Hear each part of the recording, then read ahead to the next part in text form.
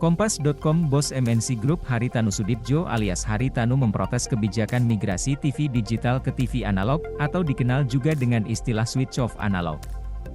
Ia pun meminta maaf kepada seluruh pemirsa televisi karena pihaknya tidak punya pilihan lain. Bahkan, pendiri Partai Perindo itu berencana membawa masalah itu ke jalur hukum. Meski kesal dengan aturan tersebut, pemilik siaran RCTI, MNC TV, iNews, GTV TV, mengaku terpaksa mematikan siaran TV analog di Jabodetabek pada 3 November pukul 0 waktu Indonesia Barat. Jadi kami sangat terpaksa mengikuti permintaan tersebut, meski kami masih belum memahami dasar hukum yang digunakan, ujarnya lagi. Haritanu mengatakan, banyak pemirsa di wilayah Jakarta, Bogor, Depok, Tangerang, dan Bekasi kini sudah tidak bisa lagi mengakses saluran televisi akibat kebijakan tersebut. MNC Group menyadari tindakan mematikan siaran dengan sistem analog ini sangat merugikan masyarakat Jabodetabek, kata Haritanu. Menurutnya, masih banyak masyarakat yang belum memiliki perangkat set-top box, terutama bagi kalangan ekonomi menengah ke bawah. Diperkirakan 60% masyarakat Jabodetabek tidak bisa lagi menikmati siaran televisi analog, kecuali membeli set-top box baru, atau mengganti televisi digital, atau berlangganan antena parabola, ujarnya lagi. STB adalah decoder yang mengubah sinyal digital menjadi gambar dan suara. Bahkan, Haritanu menyebut kebijakan pemerintah yang memaksa stasiun televisi mematikan siaran analog dinilai cacat hukum. Dipaksa matikan siaran analog, bos MNC Haritanu merasa ditekan pemerintah. Menurutnya, jika mengacu pada undang-undang tersebut, siaran TV analog harus dimatikan secara serentak secara nasional, tidak hanya terbatas di wilayah Jabodetabek. Namun sekali lagi, atas permintaan Menko Polhukam, Pak Mahfud MD, kami akan tunduk dan patuh, kata Haritanu.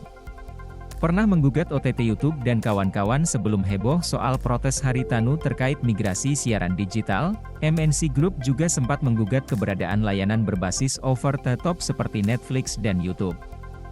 Jika disederhanakan dalam bahasa Indonesia, secara harafiah OTT berarti tumpangan, dalam hal ini layanan mereka naik di jaringan internet milik operator seluler atau penyedia internet kabel. Sederhananya, layanan menonton video atau film secara online yang dilayani Netflix ke YouTube dilakukan melalui jaringan atau infrastruktur operator, namun tidak melibatkan operator secara langsung. Selain Netflix dan YouTube, pengguna OTT terbesar di Indonesia antara lain Facebook, WhatsApp, TikTok, Video, View, Viber, Hook, iFlix, Catchplay, GoPlay, Telegram, dan Skype. Pada September 2020, MNC Group melalui dua perusahaan televisinya, PT Visi Citra Mitra Mulia dan PT Raja Wali Citra Televisi Indonesia, mengajukan gugatan ke Mahkamah Konstitusi terkait UU Nomor 32 Tahun 2002 tentang penyiaran. Menurut MNC Group, gugatan tersebut bertujuan untuk menghadirkan konten yang lebih berkualitas dan akuntabel.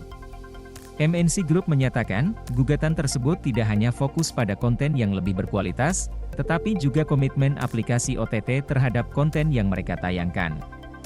Menurut MNC Group, OTT tidak memiliki beban tanggung jawab yang sama dengan para pemain penyiar free-to-air. Jika gugatan dikabulkan oleh Mahkamah Konstitusi, maka OTT lebih bertanggung jawab untuk mengawasi konten yang mereka tayangkan.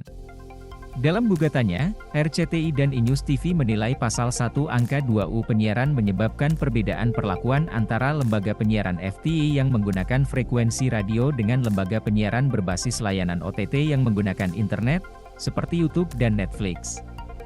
Gugatan MNC Group ditolak MK pada Januari 2021, Mahkamah Konstitusi menolak gugatan terhadap Undang-Undang Nomor 32 Tahun 2002 tentang penyiaran yang diajukan oleh PT Visi Citra Mitra Mulia dan PT Raja Wali Citra Televisi Indonesia. Majelis Konstitusi menilai gugatan yang diajukan iNews TV dan RCTI tidak memiliki dasar hukum.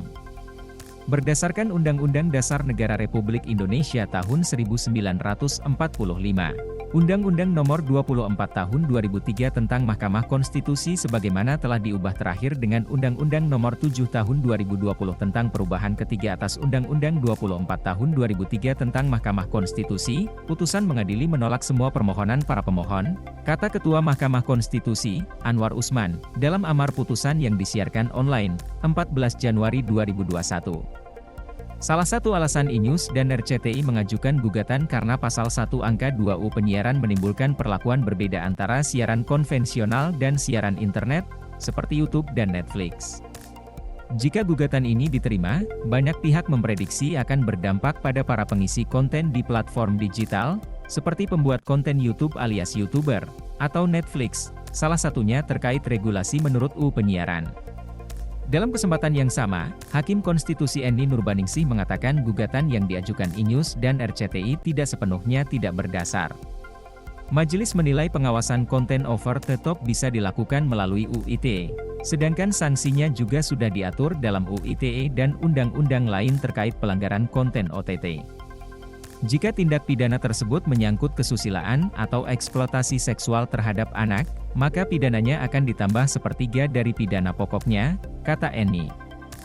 Bobot ini juga diperberat bagi korporasi yang melanggar perbuatan yang dilarang oleh UU 11 2008 yang diancam dengan pidana pokok ditambah 2/3-nya, ujarnya.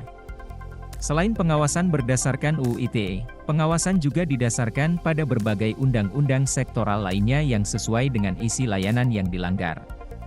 Misalnya dalam UU Nomor 44 Tahun 2008, UU 28 Tahun 2014, UU 7 Tahun 2014, KUHP, UU 40 Tahun 1999 dengan pengaturan aspek penegakan hukum terhadap muatan pelanggaran OTT dalam UU ITE. UU 36 Tahun 1999, dan berbagai undang-undang sektoral, baik dengan pengenaan sanksi administratif maupun sanksi pidana, kata Eni. Oleh karena itu, Majelis Hakim Konstitusi menilai dalil gugatan para pemohon sama sekali tidak berdasar. Artinya, pengaturan terkait YouTube dan Netflix akan tetap berlaku seperti sebelum gugatan. Siaran analog dimatikan, Bos MNC Haritanu sebut 60% warga Jabodetabek hilang.